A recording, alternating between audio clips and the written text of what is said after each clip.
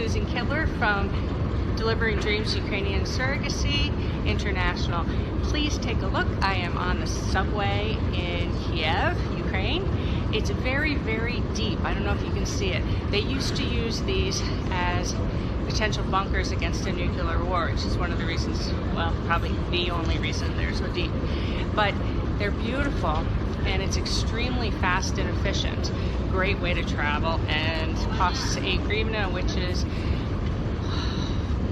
50 cents. So a great way to get around the city and enjoy. So until later.